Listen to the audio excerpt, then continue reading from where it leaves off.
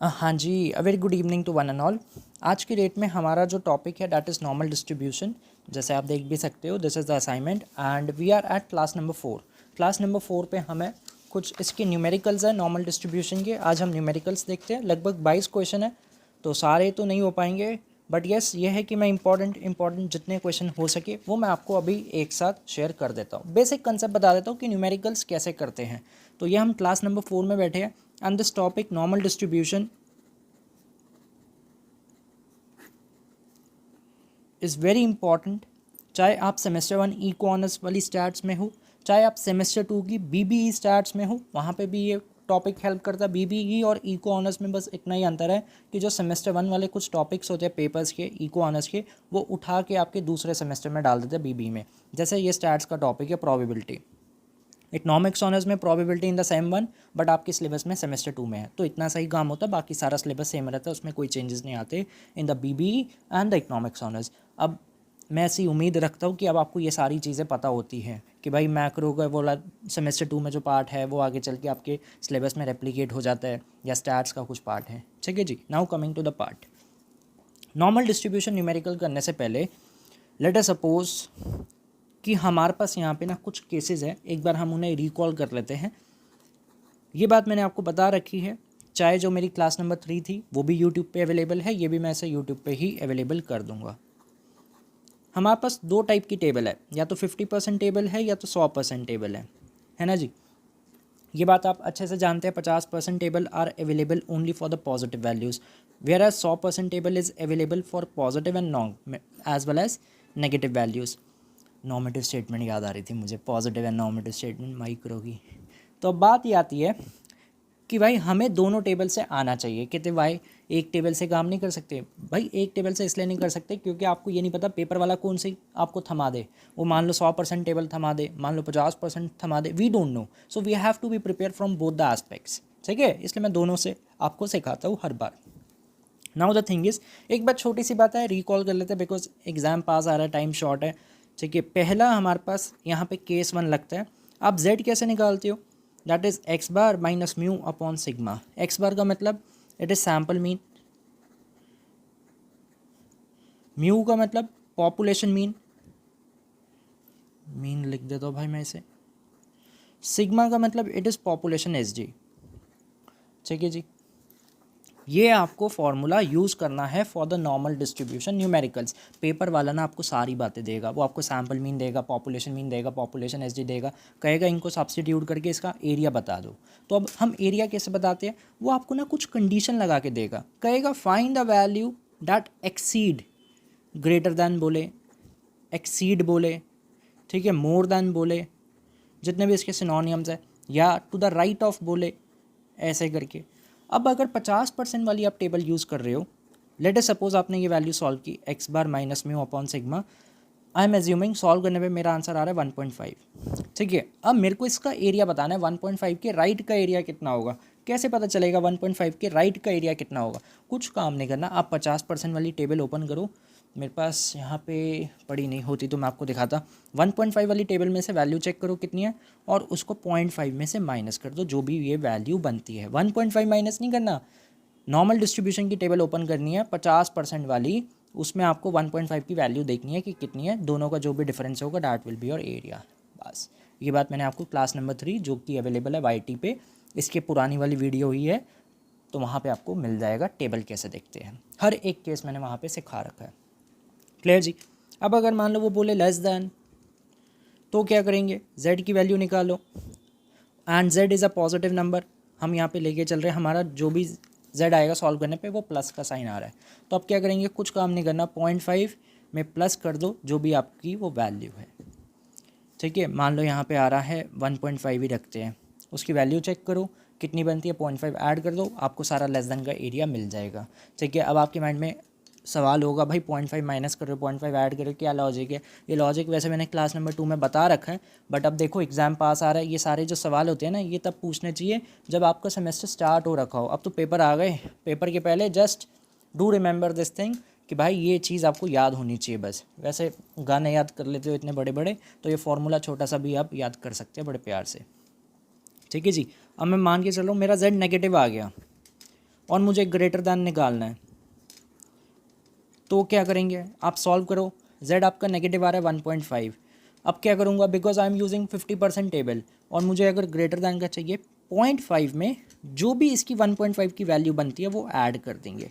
ये बात आप जानते हैं कि z में 50% में हमारे पास सिर्फ पॉजिटिव अवेलेबल है, तो जो भी माइनस है ना उसको इग्नोर कर दो।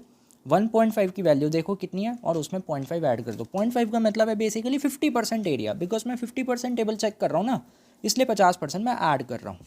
सिमिलरली अगर लेस देन की बात है तो क्या करेंगे, z आपका -1.5 आ रहा है, देन आप नेगेटिव अगेन सेम हमारे पास अवेलेबल नहीं है, तो आप इसकी वैल्यू चेक करो प्लस में और 0.5 माइनस कर दीजिए बस। ठीक है जी, 50% एरिया माइनस कर दो, 1.5 की वैल्यू चेक कर लो स्टैंडर्ड नॉर्मल में कितनी बनती है, जितनी भी आती है 0.3 0.2, तो 0.5 माइनस 0.2 जो भी फाइनल आंसर होगा वो आप यहाँ पे सब्स्टिट्यूट कर देना। क्लियर। देन इसमें एक हमारे पास सबसे इंपॉर्टेंट केस बनता है 50% में, वो होता है area between two values. Area between two values कहेगा दो वैल्यूज़ के बीच का एरिया बताओ कितना है, और इसमें भी सबसे ज़्यादा इंपॉर्टेंट केस क्या बनता है, एक आ रहा है माइनस, एक आ रहा है प्लस। जब भी आपके पास ऐसा केस आ जाए, दो आपको सैम्पल मीन दे रहा है, x1 है 50, x2 है 60, आपने सॉल्व किया, आपका z आ रहा है एक में -1.6, एक में आ रहा है +0.4, क्या करो ऐसे केस में, that is very important, paper वाला आपको मोस्ट ऑफ द टाइम्स यही केस देता है, इसलिए मैंने बोला कि 50% टेबल से भी हमें आना चाहिए। हम क्या करेंगे, again same, just ignore negative sign, आप 1.6 की वैल्यू देखो कितनी बनती है टेबल में, 0.4 की वैल्यू देखो कितनी बनती है, दोनों की वैल्यूज़ को ऐड कर दीजिए, just add both the values. जब भी वो बोलता है एरिया बिटवीन बताओ, एक नेगेटिव है एक पॉजिटिव है, this is very important case. अगर दोनों पॉजिटिव हो दोनों नेगेटिव हो तब हम काम सिंपल सा करते हैं, बिगर वाली वैल्यू माइनस स्मॉलर वाली वैल्यू। ठीक है, so these are the some cases जो आपको पता होने चाहिए।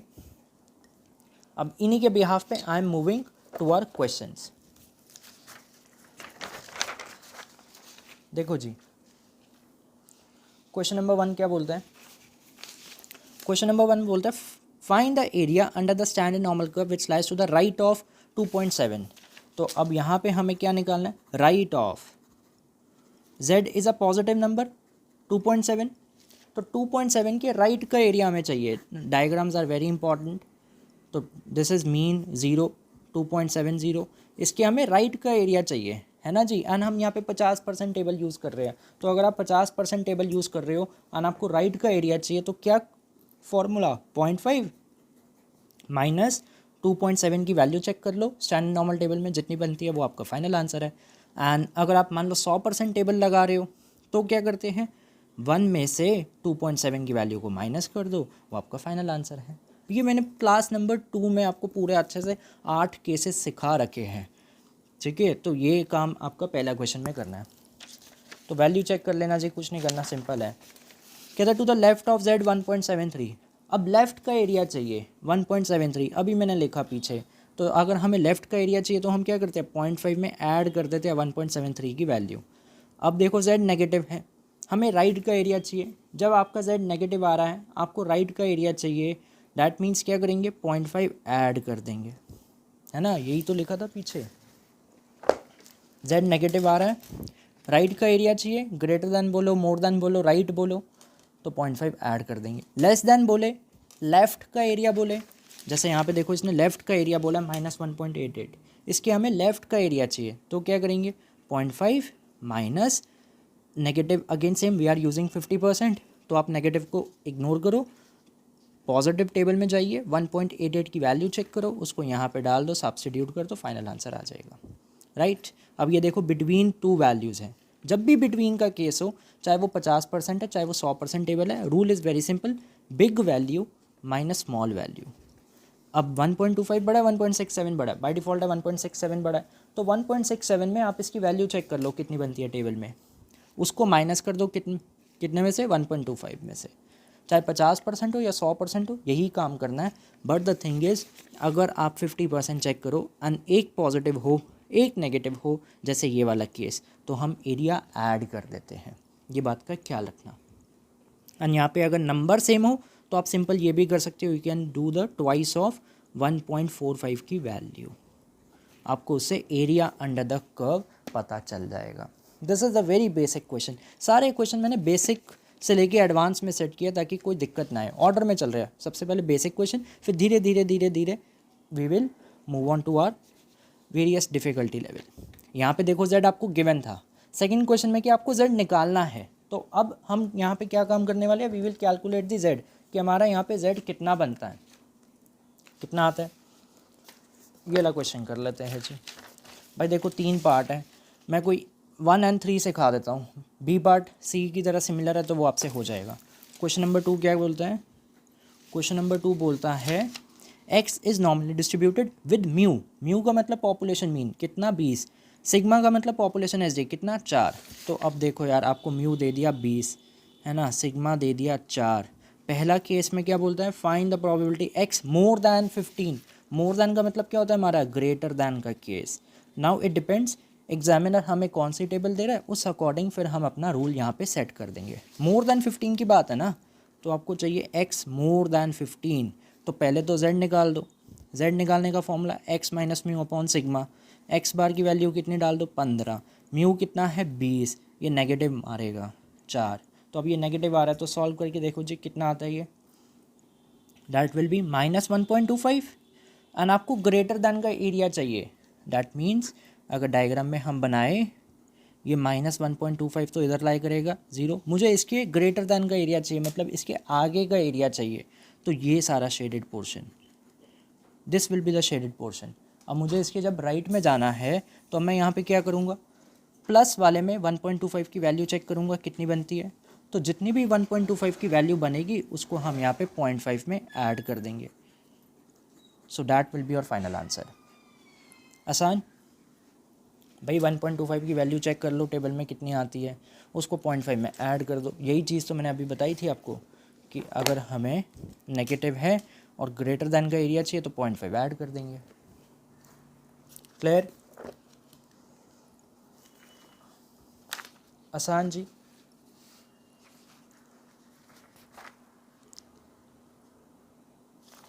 Now C part.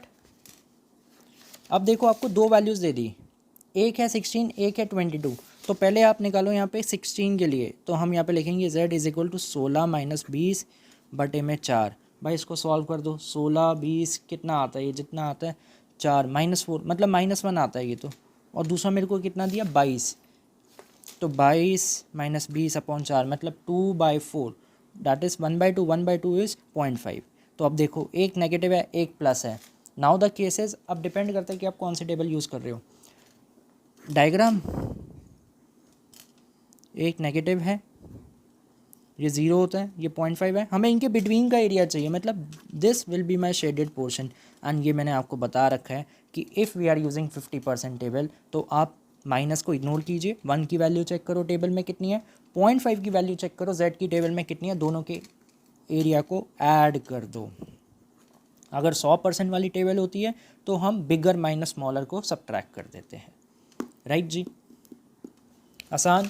ऐसी सेम इसका बी पार्ट हो जाएगा, आप चेक कर लेना इसका कितना है, जितनी इसकी वैल्यू बनती है। 21 और 25 जानना, तो पहले 21 डाल दो, 21 माइनस 20 बटे 4, डैट कम्स टू बी 1/4। 1/4 मतलब 0.25 आ रहा है पॉजिटिव में। फिर कितना डालना है 25, तो 25 में से 20 गए 5, 5 बटे 4 1.25 आएगा। तो दोनों पॉजिटिव है, जब दोनों पॉजिटिव है तो big minus smaller. Clear. Now question number 3। अब ये स्टेटमेंट बेस्ड आ गई। देखो यहाँ भी वही सेम, मोर देन का मतलब क्या होता है, greater than area, less than का मतलब क्या होता है, लेफ्ट देन, और ये क्या है, एरिया बिटवीन द वैल्यूज़। तो अब यहाँ पे आपको म्यू दे दिया 550, स्टैंडर्ड डिविएशन दे दी 110, अब आप निकाल सकते हो। बताओ जी, मैं एक केस कर देता हूँ, क्वेश्चन नंबर 3 का पहला वाला, उसमें कितनी वैल्यू है, मोर दैन 675 की हमें एरिया चाहिए, मोर दैन 675। तो अब क्या करेंगे, मोर दैन 675 में आप पहले z निकाल दो, x bar minus mu upon sigma, x bar का मतलब 675 पुट कर दो, म्यू यहाँ पे कितना दिया 550 पुट कर दो, सिग्मा कितना दिया 110 पुट कर दो। सब्सटीट्यूट करने पे डैट कम्स टू बी कितना, सॉल्व करना ज़रा, जितना भी आएगा सॉल्विंग पे। अब मोर देन का एरिया चाहिए तो 0.5 में से माइनस कर दीजिए, जो भी ये वैल्यू होगी आपको इसके राइट का एरिया चाहिए, राइट जी। तो ये था आपका 675 पे जो हमें सब्स्टिट्यूट करना था। एंड बी पार्ट इसका क्या बोलता है, that is less than 450। Less than का मतलब क्या होता है, area as it is and 0.5 में से आप माइनस कर देना, z निकाल दो, x बार की जगह इस बार कितना 450 माइनस 550 बटे में 110, तो जितना भी आएगा ये नेगेटिव आ रहा है, नेगेटिव आ रहा है एंड आपको लेफ़्ट का एरिया चाहिए, तो this means I will do 0.5 minus, तो जो भी इसकी वैल्यू चेक कर लो 0.5 में से माइनस कर दीजिए, राइट जी, आसान। थर्ड केस तो देखो बिटवीन वाला है, 750 पे निकाल दो, 425 पे निकाल दो, 2z की वैल्यू आएगी, जैसे ये वाले पार्ट है EFG, आप यहाँ पे सॉल्व करके दो वैल्यूज़ निकाल दो, जो भी आ रही है z की, फिर डिपेंड करता है दोनों पॉजिटिव है दोनों नेगेटिव है, एक पॉजिटिव है या एक नेगेटिव है, अगर एक पॉजिटिव एक नेगेटिव होगा तो दोनों का area add, clear. Now question number 4। Question number 4 भी देखा जाए सेम टाइप का है, कहता है it is known that with mean NSD 500, यहाँ पे मीन मिस आउट है, इसका मीन आएगा, यहाँ पे मीन मिस आउट है, प्लीज़ लिख लीजिए, इसका मीन है 3800, the mean is 3800, population mean कितना है 3800, पॉपुलेशन SG कितना है 500। अब आप आराम से कर सकते हैं, देखो लेस दैन 4000, तो पहले z निकाल दो, 4000 माइनस कितना 3800, that will be a positive number upon 500, तो ये अब आपका पॉजिटिव नंबर आ रहा है 200 अपॉन 500, तो जितनी भी वैल्यू होगी उसमें फिर 0.5 प्लस कर देंगे इसका एरिया, जितना भी इसका एरिया हमें z की टेबल में मिलता है।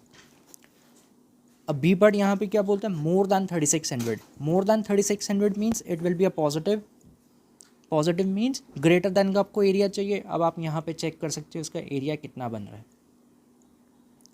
Third part will be the same, दो वैल्यूज़ आ जाएगी z की, तो कुछ खास क्वेश्चन था नहीं है।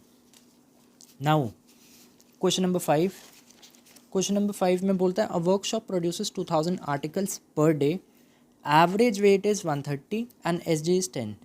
एवरेज वेट का मतलब क्या हुआ, that is the mu, mu 130 है, सिग्मा 10 है, लेस दैन 142, तो मतलब आपको पहले केस में मीन कितना दिया है, यहाँ पे सैम्पल मीन 142 आपको पुट करना है, तो चेक करके देख लो जी। अब इसमें ना एक चीज़ है वो बहुत इंपॉर्टेंट है, क्या, आओ कर लेते हैं। क्वेश्चन नंबर 5 ए पार्ट, मैं ए पार्ट करते तो बी पार्ट आपका फिर आराम से हो जाएगा, हमें लेस देन दिया ना 142, तो पहले z निकाल दो, 142 माइनस 130 बटे में 10, ये z कितना आ रहा है पॉजिटिव नंबर, मतलब ये कितना हुआ 12, 12 बटे 10 1.2, तो अब 1.2 की वैल्यू चेक कर दो, less than z is a positive number 1.2, आपको इसके पीछे का एरिया चाहिए, लेस देन का मतलब क्या होता है, इसके लेफ्ट का एरिया मेरे को निकालना है, कितना बनेगा ये लेफ्ट का एरिया, तो ये मैं कैसे निकालूंगा अब इसके लेफ्ट का एरिया, दैट मीन्स जो भी इसकी वैल्यू बनती है आप उसमें 0.5 ऐड कर दो, तो जितना भी ये आंसर आएगा, जितना भी आता है, अब हम क्या करेंगे, उसने बोला इट प्रोड्यूसेस 2000 आर्टिकल्स, तो जितना भी ये आंसर आएगा जस्ट मल्टीप्लाइड बाय 2000, यही इम्पॉर्टेंट पार्ट था इस क्वेश्चन में कि हमें 2000 से मल्टीप्लाई भी करना पड़ेगा, राइट। तो जितना भी क्वेश्चन देगा वैल्यू 500 देगा, 500 से मल्टीप्लाई कर देंगे, 5000 देगा 5000, जितना भी बोलता है। Same for the B part, more than 142, अब मोर दैन है तो मतलब ये तो सीधी सीधी बात है, आपका ग्रेटर दैन का केस बन गया, तो ग्रेटर दैन के केस बन जाएगा, जितना आप एरिया निकालेंगे उसको भी 2000 से मल्टीप्लाई कर देना जी। So this was question number 5 and ये इसमें एक अच्छा यहाँ पे ट्रैप था जहाँ पे आपसे गलती हो सकती थी, बाकी तो बेसिक है, एक ही फार्मूला यूज़ करना है, sample mean population mean upon sigma, और उसी के बिहाफ पे सारे क्वेश्चन हमारे यहाँ पे चलते हैं। Now coming to question number 6, question number 6 क्या बोलते हैं, कहता है average test marks in a particular test is 79, मतलब म्यू दे दिया, एस जी कितना 5 है, if marks are normally distributed how many student in a class of 200 did not receive marks between 75 and 82। अच्छा सवाल है जी, क्या कहना चाह रहा है ये क्वेश्चन, कह रहा है एक क्लास में 200 बच्चे हैं, हमें ये बताना है उन 200 बच्चों में से ऐसे कितने बच्चे हैं जिनके मार्क्स इस रेंज में नहीं आए, 75 एंड 82 के बिटवीन में कितने ऐसे स्टूडेंट्स हैं जिसके मार्क्स नहीं आ रहे, वो हमें निकालना है। क्या काम करेंगे, आओ कर लेते हैं। एक बार ये मैं क्वेश्चन पूरा कर लेता हूँ, कैलकुलेटर साथ में ओपन करना पड़ेगा इसके लिए। सी, तो पहले हमें दिया 75, आप एक काम करो, x 75 डाल के सॉल्व कर दो। म्यू कितना है, 79 है, सिग्मा कितना है, 5 है, सॉल्व कर देंगे, डैट कम्स टू बी कितना, -0.8, ठीक है। और उसने मेरे से क्या पूछा था, बिटवीन 75 एंड 82, तो अब 82 यहाँ पे हम डाल देंगे, तो z कितना आएगा, 82 - 79 upon 5, that comes to be a positive number, that is 0.6। अब देखो एक नेगेटिव है एक पॉजिटिव है, तो पहले एक बार ग्राफ बना ले छोटा सा, this is 0, this is 0.6, this is -0.8। हमें इनके बिटवीन का एरिया चाहिए, एंड ये बात मैं कई बार बोल चुका हूँ, जब भी आपके पास एक नेगेटिव हो एक पॉजिटिव हो and you are using 50% table, तो हम एरिया ऐड कर देते हैं। 100% वाली टेबल होती तो बिगर वैल्यू माइनस स्मॉलर लगाते हैं, बट अगर 50% है तो दोनों का एरिया ऐड कर देंगे। तो आप दोनों का एरिया चेक कर दो, जितना भी आएगा उन्हें ऐड कर देना, ऐड करने पे जो भी फाइनल आंसर आ रहा है वो आपको बता देगा कि कितने ऐसे स्टूडेंट हैं जिनके मार्क्स इस रेंज में आ रहे हैं, राइट। तो हमें ये पता चल गया इससे, एरिया बिटवीन का मतलब यही होता है ना, इन दोनों पर्टिकुलर वैल्यूज़ के बीच में कितना एरिया कवर्ड हो रहा है। बट हमें क्या चाहिए था, हमें चाहिए डिड नॉट रिसीव्ड, ये नहीं पूछा डिड रिसीव, पूछा है डिड नॉट रिसीव। तो क्या करूँगा, जितना भी ये आ रहा है उसको पहले मैं 200 से मल्टीप्लाई कर देता हूँ, जितना भी ये एरिया आएगा उसको मल्टीप्लाई कर दो 200 से। वाई, ताकि हमें ये पता चल जाए कि पूरी क्लास में 200 बच्चों के कितने मार्क्स हैं जो इस रेंज में आते हैं, ठीक है। फिर मैं क्या करूँगा, जितना भी आंसर आएगा उसको 200 में से माइनस कर दूँगा। So I will get how many students lie between who did not score in this range. बात समझ आई, क्या किया, ये वाली वैल्यू कितनी आ रही है, टेबल ओपन करो एक बार टेबल ओपन करो, 0.8 का वैल्यू चेक करो कितनी बनती है, 0.8 की वैल्यू 0.2881, ओके जी, ऐसा आपने बताया कि 0.8 की वैल्यू ये आ रही है, ये आ गई ना। 0.6 की वैल्यू चेक करो कितनी बनती है, 0.2257, ओके। अब बिटवीन का केस है, एक नेगेटिव एक पॉजिटिव, इन दोनों को ऐड कर दो, कितना बनेगा, 0.51, हाँ आगे चाहे जितना, चलो लिख देता हूँ 38, ठीक है जी। ये आ गया आपका इन बिटवीन का एरिया। अब कितने की क्लास है, 200 की क्लास है, जस्ट मल्टीप्लाइड बाय 200, 0.5138 मल्टीप्लाई कर दो 200 से। तो आप वाई 200 से मल्टीप्लाई कर रहा हो ताकि मुझे ये पता चल जाए how many students are lie in this range, इस रेंज में कितने ऐसे स्टूडेंट्स हैं जो लाई करते हैं। कितना आएगा मल्टीप्लाई करने पे, 103। तो 103 students out of 200 have scored in between 75 and 82। 103 बच्चों के मार्क्स इस रेंज में आए हैं। हमसे क्या पूछा था, हमसे पूछा था डिड नॉट स्कोर, तो कितने ऐसे रह गए कि जिनके मार्क्स इस रेंज में नहीं है, 97, ऋषभ पंत की जर्सी। तो 97 students are those who haven't score in this range. अच्छा क्वेश्चन, अब समझ आ गया, ओके। यार देखो टेबल चेक करना इज़ इम्पॉर्टेंट, क्योंकि मैं टेबल इसलिए नहीं चेक कर रहा, मेरे पास यहाँ पे अवेलेबल नहीं है राइट नाउ, इस कारण उसको खोलना पड़ता है बार बार, गूगल ड्राइव पे टेबल देखो कि वैल्यू कितनी बन रही है, फिर जाके हमें पता चल पाता है कि क्या आ रहा है। तभी मैंने कहा कि ये कैलकुलेशन का काम थोड़ा सा आपको करना पड़ेगा। नाउ सॉर्टेड कि भाई 200 बच्चों की क्लास थी, आपने उसको मल्टीप्लाई कर दिया 200 से ताकि ये पता चल जाए how many student have scored in this range. Not का पूछा था तो माइनस कर दिया। सो this is question number 6। Question number 7 is very simple. यहाँ तो देखो उसने आपको एरिया निकाल के दे दिया, कहता है मीन है 500, एसडी है 50, देयर आर 228 पर्सन्स। अब 228 पर्सन्स की आपको यहाँ पे बात कर रहे हैं, ठीक है, who are getting income more than 600। How many workers were there in all, okay. चलो करवा देता हूँ ये मैं। नहीं तो बाद में व्हाट्सएप आएगा कि ये वाला क्वेश्चन समझा दो। देखो क्या कहता है क्वेश्चन 7, कहता है म्यू कितना है, मैं वैल्यूज़ लिख देता हूँ पहले, आसानी होती है मुझे यहाँ लिखने में। सिग्मा है 50, there are 2 to 8 persons who are getting more than 600 income, more than 600। तो मोर दैन से तो समझ आ गया होगा अब तक कि भाई ये ग्रेटर दैन का केस है, and we have to check it out कि हमारा z पॉजिटिव आ रहा है या नेगेटिव आ रहा है, उस अकॉर्डिंग हम अपना रूल लगाएंगे। तो आपका x कितना है 600, तो पहले z निकाल दो, 600 माइनस 500 अपॉन 50, 100/50 1/2, 1 अपना 2 आ गया है, तो सिंपल, तो z की वैल्यू 2 हो गई, z की वैल्यू 2 हो गई। मोर देन बोल रहा ना, मतलब इसके राइट का एरिया ये 0 है। अब हमें इसके राइट का एरिया चाहिए, ज़रा टेबल में चेक कीजिए 2 की वैल्यू कितनी बनती है, इस 2 की वैल्यू कितनी बनती है, तो जितनी भी बनती है उसको 0.5 माइनस 2 कर दो, 2 की वैल्यू सब्ट्रैक्ट कर दो, कितनी बनती है, कितनी बनती है जी 0.4772, माइनस भी कर दो, मेरे को माइनस करके फाइनल आंसर बता दो कितना आ रहा है, ताकि मैं आगे का काम आपको बता दूँ है क्या। छोटा सा एक स्टेप है बस, और कुछ नहीं है, ये तो पुराना काम है ना अभी तक का। 0.0228, ओके ठीक है, ऐसा आपने मेरे को आंसर बताया, प्रोवाइडेड मान के चलो ये वैल्यू सही बताई है।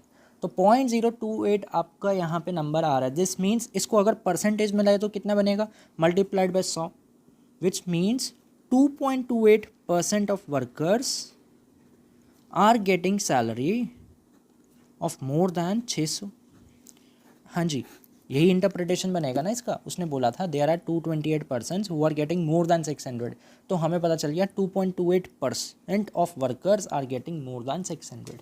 बट हमें क्या निकालना है, हमें क्या निकालना है, हमें निकालना है how many workers were there in all, उस फर्म में टोटल कितने बंदे काम करते हैं। अच्छा हाँ, एरिया दिया था तभी आपने बताया सीधा देख के कि 2 की वैल्यू के कॉरस्पॉन्डिंग एरिया कितना है, ओके हाँ, तभी मैंने कहा था कि भाई एरिया दिया है तो आप आराम से चेक कर सकते हो।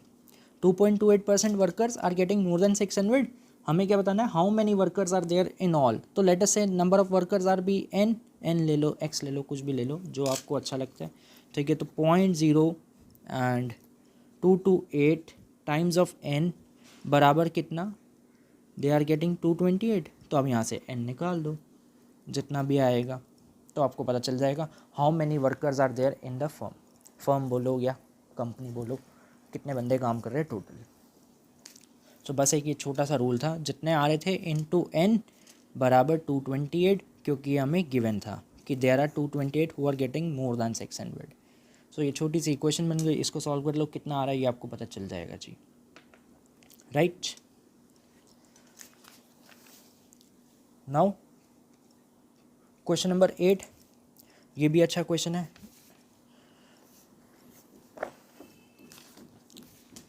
इसको भी मैं करवाई देता हूँ।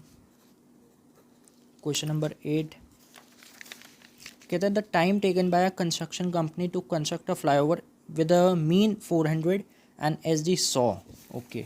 तो म्यू कितना है 400, सिग्मा कितना है 10 अपना 100, सिग्मा दिया, ओके। वेरिएंस नहीं है, वेरिएंस होता तो हम फिर अंडर रूट कर देते।